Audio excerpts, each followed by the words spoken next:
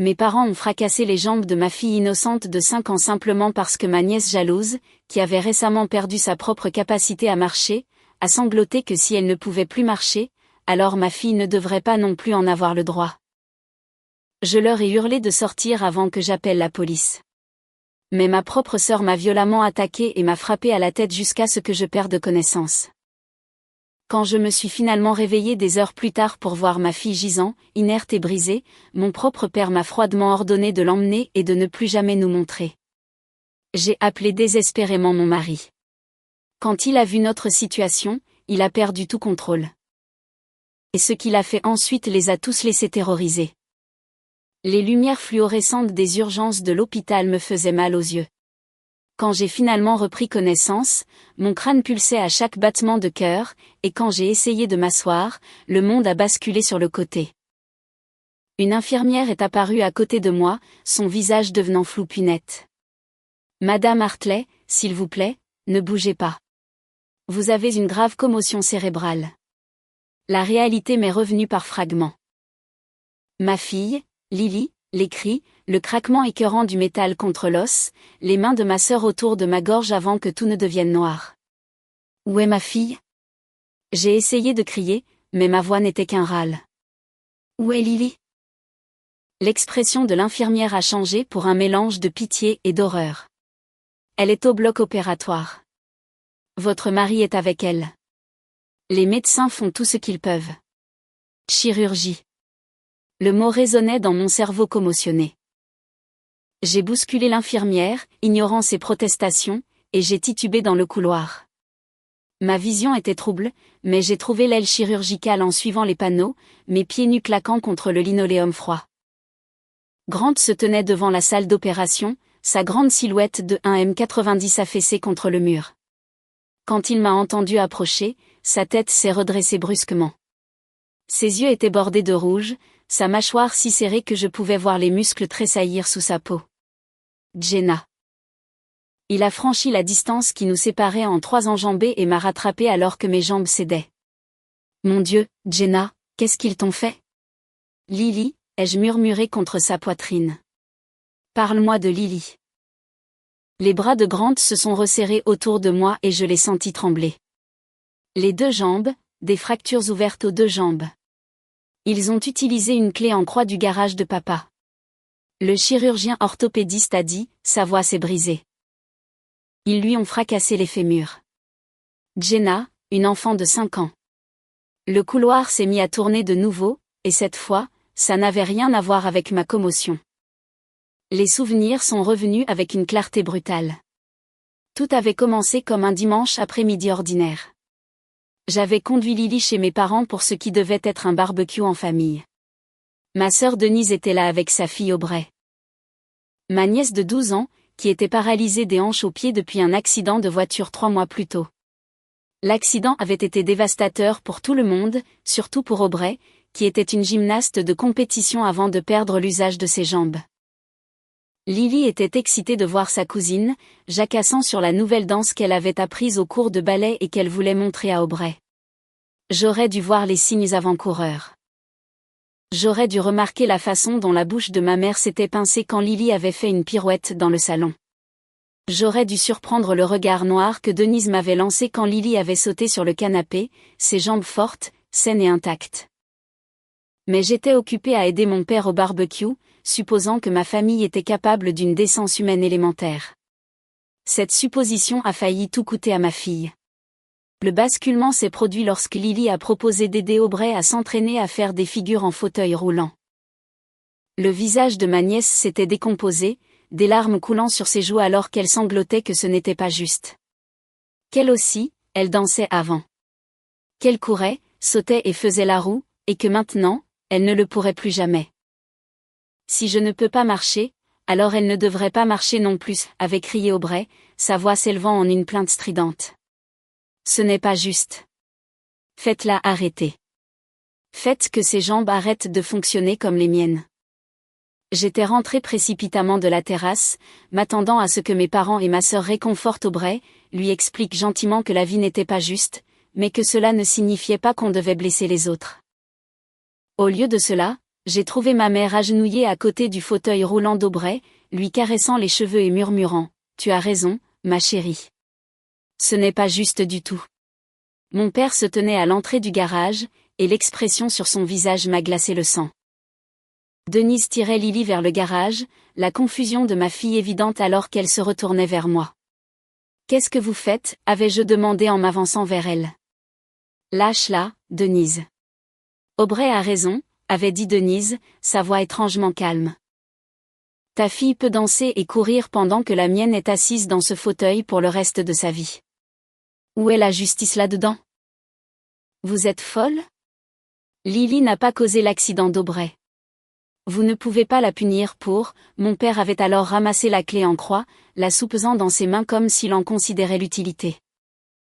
Peut-être que si ta fille comprenait ce qu'Aubrey endure chaque jour, tu serais plus compatissante, plus disposée à aider avec les frais médicaux au lieu de dépenser de l'argent pour des cours de danse. La demande d'argent, bien sûr. Mes parents me pressaient depuis des mois de contribuer au coût de la kinésithérapie d'Aubrey, se mettant en colère quand j'expliquais que Grant et moi avions nos propres dépenses, notre propre enfant à charge. Denise m'avait accusé d'être égoïste, de ne pas me soucier de la famille. Maman m'avait traité de cruelle parce que je regardais sa petite fille souffrir pendant que je vivais confortablement. Mais ça, utiliser le chagrin sincère d'Aubrey comme justification pour blesser Lily, c'était au-delà de tout ce que j'aurais pu imaginer.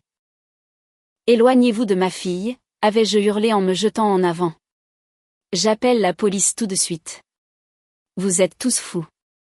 C'est à ce moment-là que Denise m'a attaqué.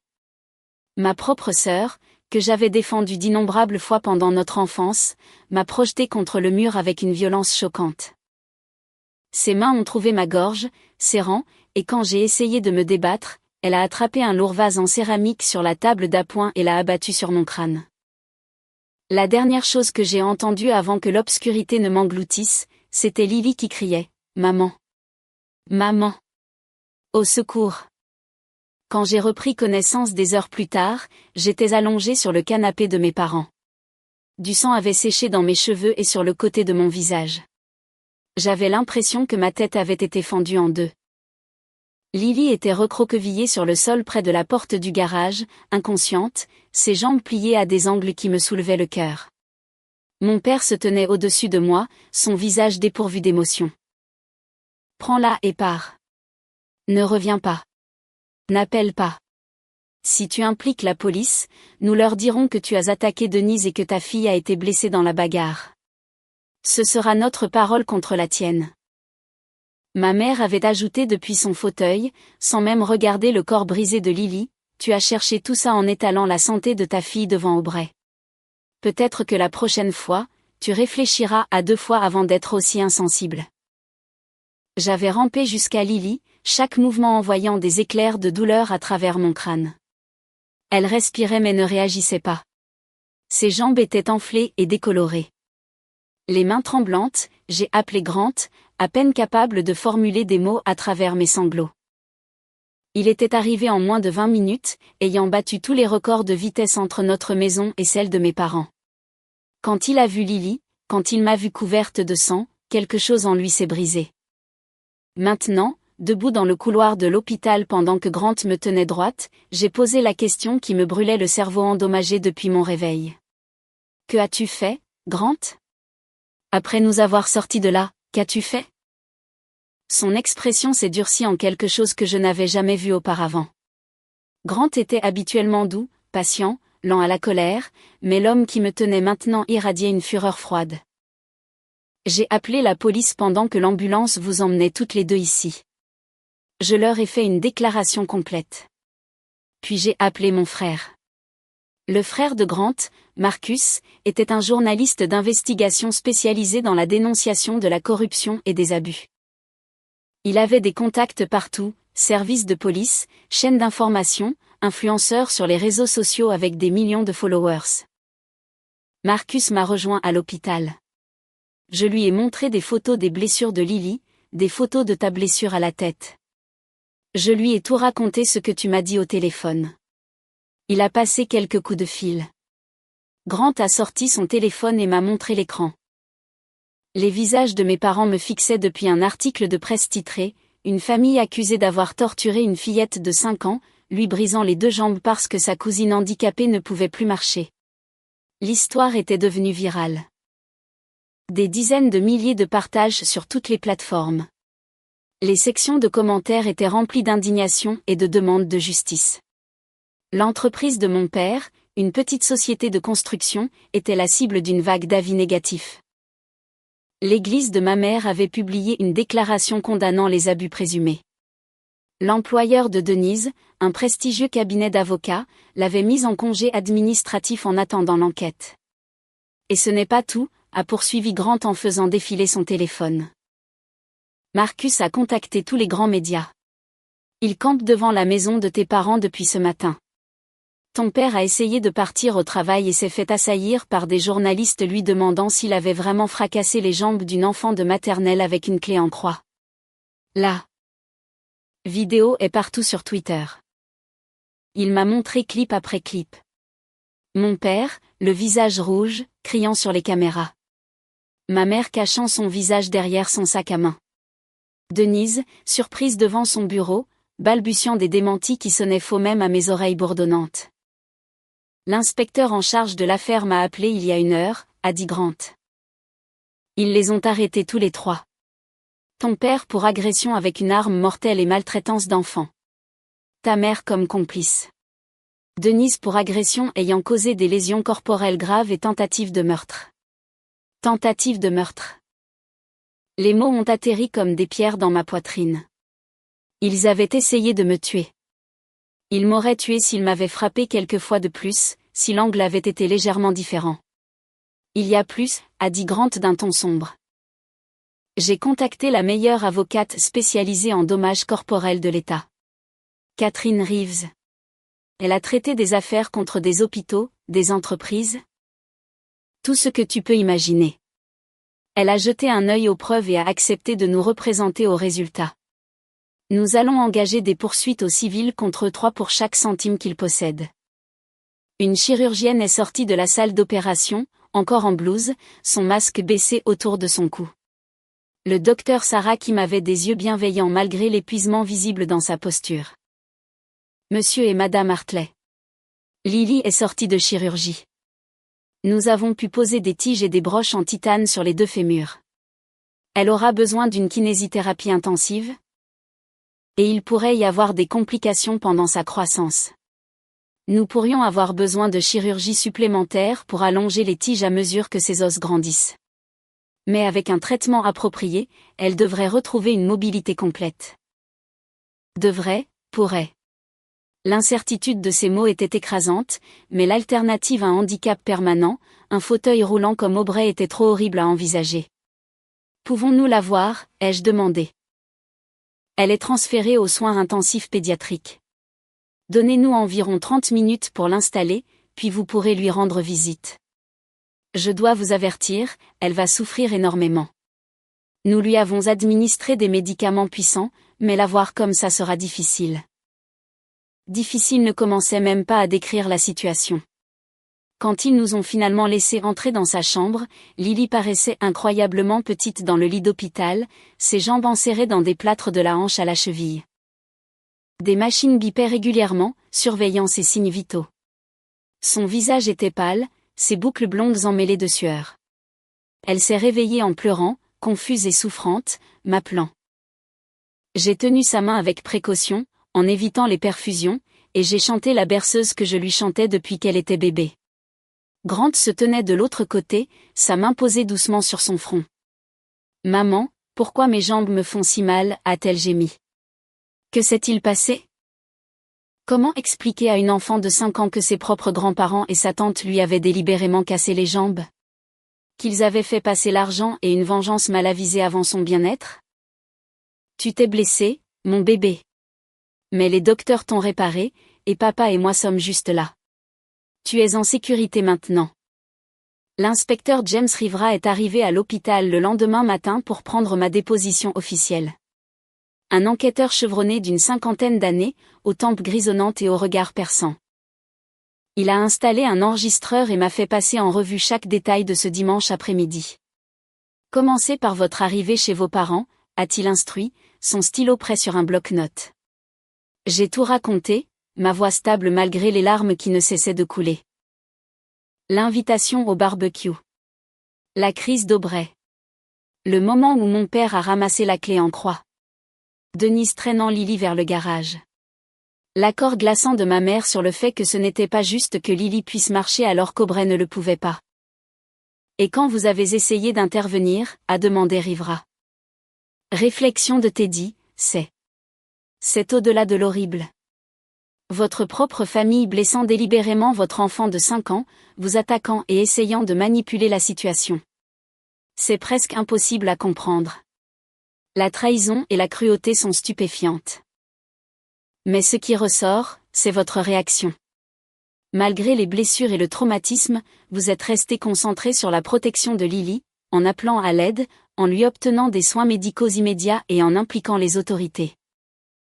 Vous avez agi avec un courage et une clarté incroyables sous une pression inimaginable. L'action rapide de Grant, en appelant la police et en impliquant Marcus, a assuré que la justice se met immédiatement en marche, et la réponse juridique et médiatique signifie qu'ils ne pourront pas cacher leurs actions. Denise m'a attaqué. Elle m'a projeté contre le mur, m'a étranglé, puis m'a frappé avec un vase. J'ai perdu connaissance. Quand je me suis réveillée, j'étais sur le canapé et Lily était par terre avec ses jambes, ma voix s'est brisée. Ses jambes étaient détruites. Rivera a hoché la tête d'un air sombre. Nous avons exécuté un mandat de perquisition à la propriété ce matin. Nous avons trouvé la clé en croix dans le garage, avec encore des traces de sang. Nous avons également trouvé le vase en céramique utilisé pour vous agresser. Votre père a d'abord prétendu que tout était un accident? Mais votre nièce Aubrey a contredit cette version lorsque nous l'avons interrogée. Aubrey vous a dit la vérité. Oui. Son père l'a encouragé à être honnête. Il est horrifié par ce à quoi votre sœur a participé. La jeune fille est traumatisée par toute l'affaire, se blâmant elle-même, même si ce n'est qu'une enfant qui a dit quelque chose sous le coup de la douleur et du chagrin. J'ai pensé à Aubrey, alors âgée de 12 ans, luttant contre un handicap permanent. Elle avait crié son angoisse, voulant que quelqu'un comprenne sa douleur. Au lieu de la réconforter et de lui apprendre l'empathie, mes parents et ma sœur avaient tordu ses paroles pour justifier une violence indicible. Que se passe-t-il maintenant? Ai-je demandé à Rivera. Le procureur de la République inculpe les 3 accusés de multiples crimes. Votre père est accusé d'agression avec une arme mortelle ayant causé de graves lésions corporelles, de maltraitance d'enfants, de mutilation c'est-à-dire mutiler intentionnellement quelqu'un et de complot. Votre sœur est accusée de tentative de meurtre pour l'attaque contre vous, ainsi que des mêmes charges de maltraitance d'enfants et de complot. Votre mère est accusée de complicité et de mise en danger d'enfants. Mutilation, le terme juridique pour handicaper intentionnellement quelqu'un. Ça correspondait parfaitement. Ils avaient délibérément détruit la capacité de Lily à marcher normalement, l'avaient mutilée pour satisfaire un sens malsain de la justice. Le procureur veut cette affaire, a poursuivi Rivera. Elle monte un dossier en béton. Avec le témoignage d'Aubrey, les preuves matérielles, les dossiers médicaux et votre déclaration, plus la documentation de votre mari sur ce qu'il a trouvé en arrivant, il n'y a pratiquement aucune défense qu'il puisse monter. Au cours de la semaine suivante, alors que Lily entamait le long chemin de la guérison, toute l'étendue des actions de Grant est devenue claire. Il n'avait pas seulement appelé la police et les médias. Il avait orchestré une campagne complète d'exposition et de conséquences qui a laissé ma famille chancelante. L'article de Marcus avait été repris au niveau national. Les grandes chaînes d'information couvraient l'histoire. Des groupes de défense des droits de l'enfant exigeaient des poursuites maximales.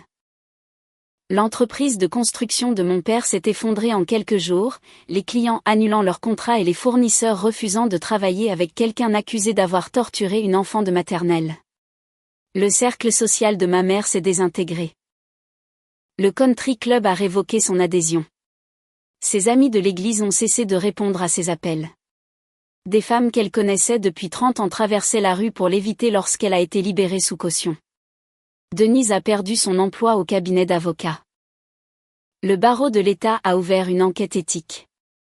Son mari a demandé le divorce et la garde exclusive d'Aubrey, invoquant l'instabilité violente de Denise et le danger qu'elle représentait pour les enfants. Mais Grant n'avait pas fini. J'ai tout documenté, m'a-t-il dit un soir dans la chambre d'hôpital de Lily pendant qu'elle dormait. Chaque facture médicale, chaque séance de thérapie, chaque cauchemar qu'elle fait. Catherine dit qu'avec les preuves que nous avons, nous visons des dommages et intérêts à 7 chiffres, voire 8. La convalescence de Lily était atroce à voir.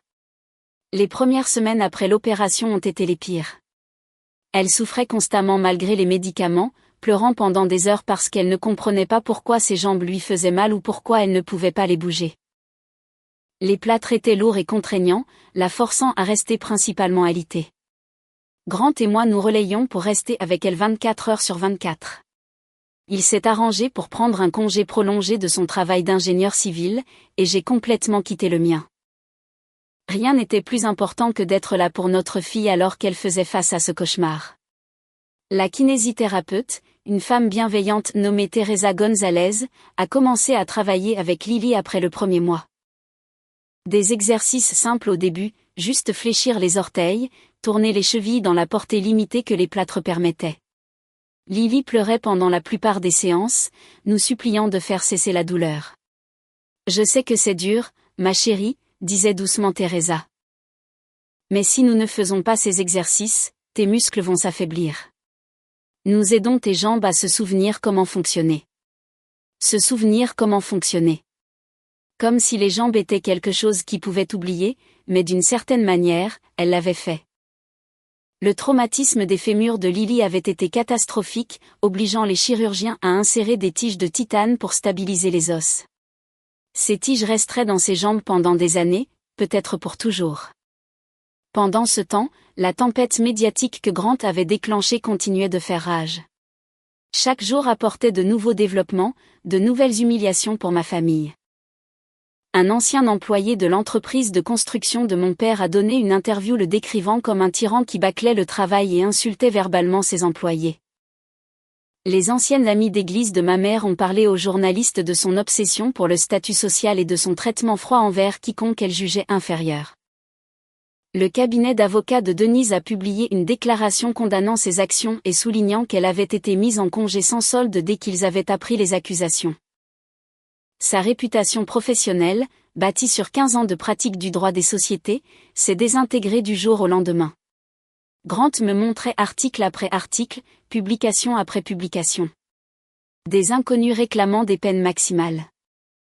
Des parents disant qu'ils ne parleraient plus jamais à leur propre famille si quelqu'un blessait leur enfant de cette manière. Le hashtag Justice pour Lily a été en tendance sur Twitter pendant 3 jours d'affilée. Est-ce que c'est trop ? Ai-je demandé à Grant un soir après avoir lu des commentaires particulièrement virulents appelant à une justice expéditive contre mes parents. Certaines de ces personnes parlent de les trouver, de leur faire du mal. L'expression de Grant était dure. Ils sont en prison. Là où est leur place. Laisse les gens être en colère. Que tout le monde sache ce qu'ils ont fait. Ton père a brisé les jambes d'une enfant de 5 ans avec une clé en croix parce qu'il était en colère pour de l'argent. Ta sœur a essayé de te tuer. Ta mère est restée là et a laissé faire. Il mérite tout ça. Il avait raison. Je le savais. Mais une partie de moi, celle qui se souvenait encore des fêtes d'anniversaire et des matins de Noël d'avant que tout ne tourne mal, pleurait la destruction totale de personnes qui avaient autrefois compté pour moi. Ce deuil n'a pas duré longtemps. Une semaine après les arrestations, l'avocat de mon père a fait fuiter une histoire à un journaliste sympathique, suggérant que j'avais des antécédents de maladie mentale et que j'avais fabriqué tout l'incident, que j'étais en fait celle qui avait blessé Lily lors d'un épisode psychotique. Et que ma famille avait essayé d'aider avant que je n'attaque Denise. Grant est devenu fou furieux.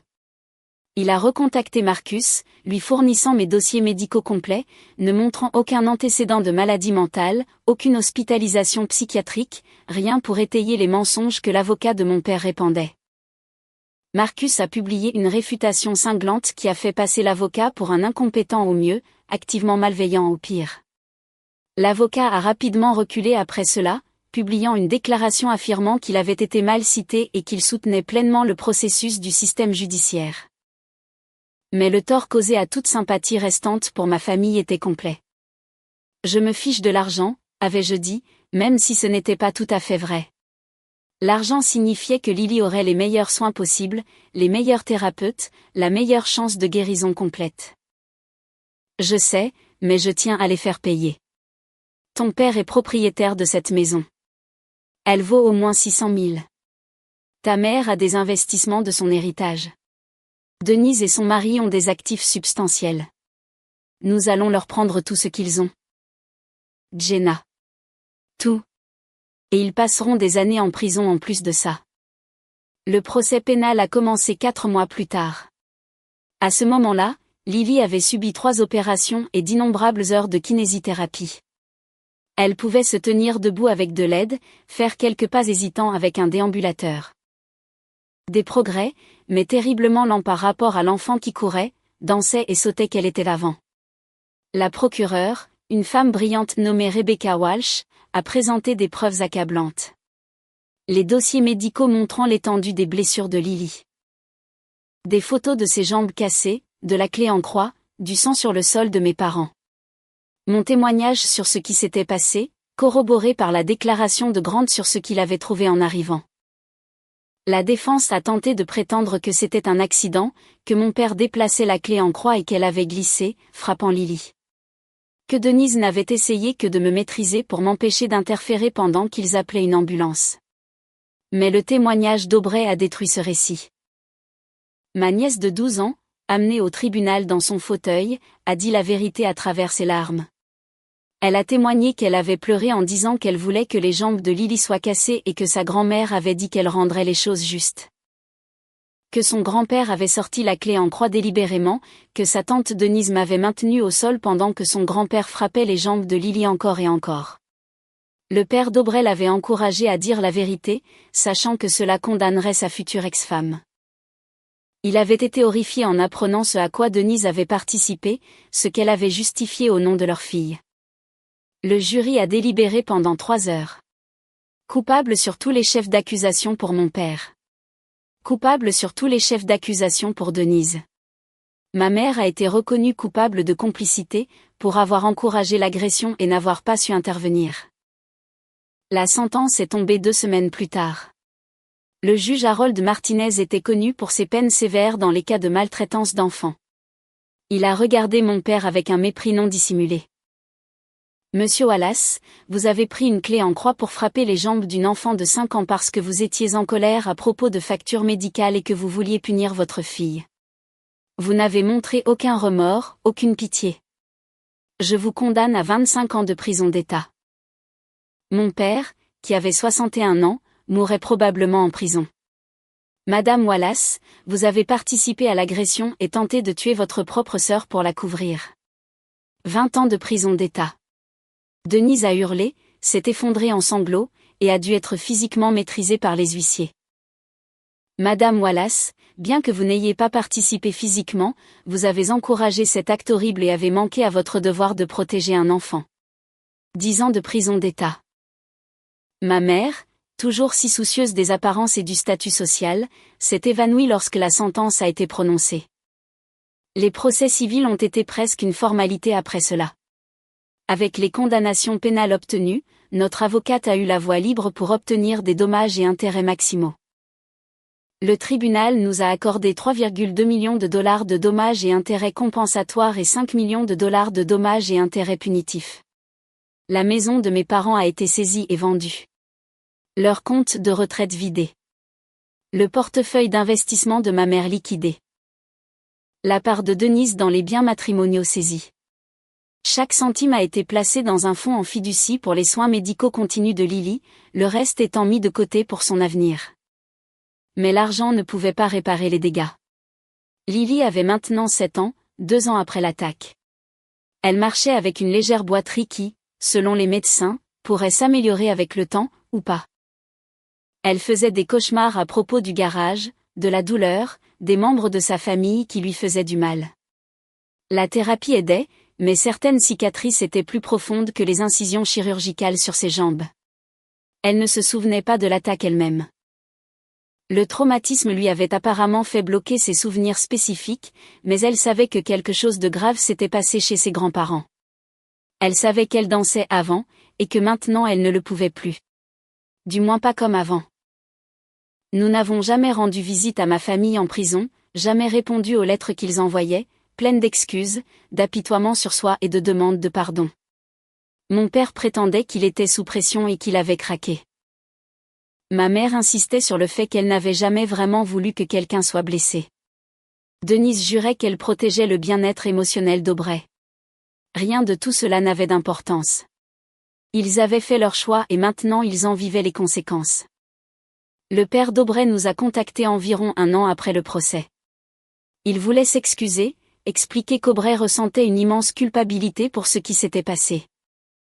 Elle comprenait maintenant que son chagrin face à sa paralysie avait été instrumentalisé par des adultes qui auraient dû mieux savoir. J'ai accepté de le laisser l'amener chez nous, bien que Grant soit sceptique. Aubrey est entré dans notre salon dans son fauteuil roulant, maintenant âgé de 14 ans, son visage marqué par une maturité née de la survie à un traumatisme et une trahison inimaginables. « Je suis désolée », a-t-elle dit, des larmes coulant sur son visage. J'étais triste et en colère, et j'ai dit des choses terribles, mais je n'ai jamais vraiment voulu qu'il blesse Lily. Je n'ai jamais pensé qu'il le ferait vraiment. Réflexion de Teddy, c'est stupéfiant. La cruauté pure, la préméditation et la trahison dans ce que votre famille a fait sont inimaginables. Ils ont instrumentalisé le chagrin d'un enfant et ont blessé une innocente de 5 ans de la pire manière possible, puis vous ont attaqué lorsque vous avez tenté d'intervenir. Mais ce qui ressort, c'est la façon dont vous, Grant et Marcus avez géré la situation. Rapide, méthodique et implacable. Vous avez mis Lily en sécurité, tout documenté, impliqué les forces de l'ordre et veillé à ce que la justice soit non seulement recherchée, mais obtenue. Les condamnations pénales, les indemnités civiles et le démantèlement de leurs actifs montrent que la responsabilité peut réellement exister, même face à une trahison aussi profonde. La lente guérison de Lily, la thérapie, les cicatrices émotionnelles, c'est déchirant. Mais l'amour, la vigilance et la protection que vous et Grant lui avez fournis lui ont donné une chance de guérir physiquement et émotionnellement. Vous n'avez pas seulement survécu. Vous avez protégé votre enfant de tout préjudice continu et vous êtes assuré que les responsables subissent de réelles conséquences. Lily, qui observait depuis les escaliers, est descendue lentement, en s'aidant de la rampe. Elle a regardé Aubrey pendant un long moment, puis a dit « Est-ce que tu souhaites toujours que je ne puisse pas marcher ?»« Non », a sangloté Aubrey. « Jamais. J'avais tort. Ce qu'ils ont fait était mal, et c'est parce que je faisais ma capricieuse. Je suis tellement désolée. » Quelque chose a changé dans l'expression de Lily. Elle a traversé la pièce lentement, mais toute seule, et s'est assise à côté du fauteuil roulant d'Aubrey. « Ce n'est pas de ta faute. Tu étais triste. C'étaient eux les adultes. Ils auraient dû t'aider à te sentir mieux, pas me faire du mal. » La sagesse de ces mots, venant d'une enfant de 7 ans qui avait tant souffert, m'a serré la gorge d'émotion. Aubrey et Lily ont commencé à se voir régulièrement après ça. Elles comprenaient toutes les deux les limitations physiques d'une manière que les autres enfants ne comprenaient pas. Elles portaient toutes les deux les cicatrices de cette terrible journée. D'une manière étrange, elles s'aidaient mutuellement à guérir. Les actions de Grant dans ses premières heures et jours critiques avaient assuré que la justice soit rendue rapidement et complètement. Il avait utilisé ses relations, ses ressources, sa colère pour protéger notre famille quand je ne le pouvais pas. L'histoire virale signifiait que mes parents ne pouvaient ni cacher ni minimiser ce qu'ils avaient fait. L'indignation publique signifiait que les procureurs avaient été d'une sévérité exemplaire. La ruine financière signifiait que Lily aurait toutes les interventions médicales dont elle avait besoin. Mais plus que cela, Grant m'avait montré à quoi ressemblait une vraie famille. Pas des gens qui partageaient un ADN, mais la personne qui se tenait à vos côtés lorsque votre monde s'effondrait. Qui se battait pour votre enfant comme si elle était la chose la plus précieuse au monde. Qui transformait le chagrin et la rage en une action qui changeait tout. Pour le 8e anniversaire de Lily, nous avons organisé une fête à la maison. Elle ne pouvait toujours pas courir ou danser comme elle le voulait, mais elle pouvait maintenant marcher sans aide, sa boiterie à peine perceptible. Son kinésithérapeute disait qu'elle avait dépassé toutes les attentes en matière de guérison. Aubrey était là, ainsi que les amis d'école de Lily et quelques enfants du programme de sports adaptés qu'elle avait rejoint. Le frère de Grant, Marcus, est venu avec sa famille. Catherine Reeves, notre avocate, est passée avec un cadeau. Alors que je regardais Lily souffler ses bougies, entourée de personnes qui se souciaient vraiment d'elle, j'ai pensé à mes parents et à ma sœur, assis dans leur cellule de prison. Ils avaient voulu me punir de ne pas financer les soins médicaux d'Aubrey. Avaient voulu briser les jambes de ma fille pour faire valoir un point tordu sur la justice. Au lieu de cela, ils avaient tout perdu. Leur liberté, leur argent, leur réputation, leur famille. Pendant ce temps, Lily s'épanouissait malgré ses blessures. Aimée, soutenue et en sécurité. Grant m'a trouvée dans la cuisine plus tard, regardant par la fenêtre les enfants jouer dans le jardin. Il a enroulé ses bras autour de moi par derrière, posant son menton sur mon épaule. « Tu as bien fait », lui ai-je dit doucement. « Ce que tu as fait ce jour-là, les choix que tu as faits, tu nous as sauvés. Je le referai sans hésiter. Je ferais pire si quelqu'un essayait un jour de faire du mal à notre famille. » Je le croyais. Le gentleman que j'avais épousé avait révélé un noyau d'acier au moment le plus crucial. Il avait pris l'horreur et la douleur de ce qui s'était passé et l'avait canalisé dans la destruction systématique de tous les responsables.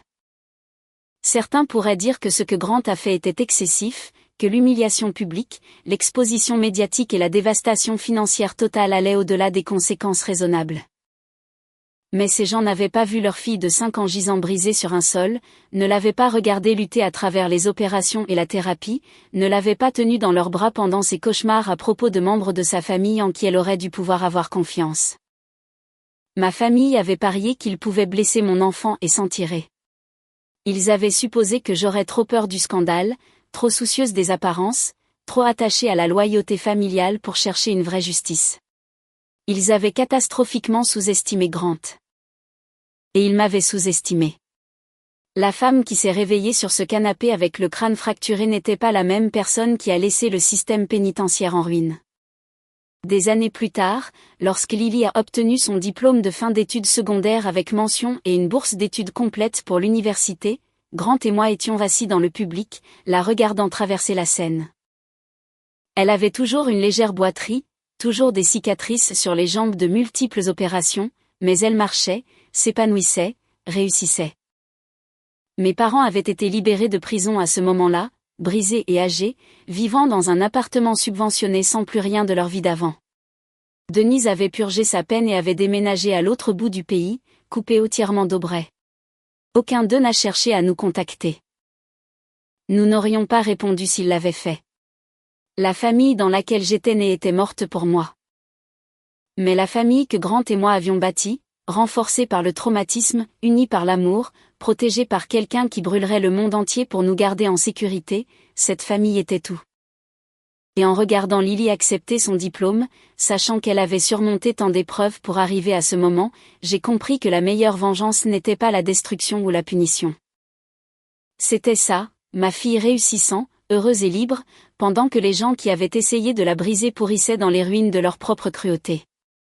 Grant a serré ma main lorsque le nom de Lily a été appelé, et j'ai serré la sienne en retour. Nous avions survécu.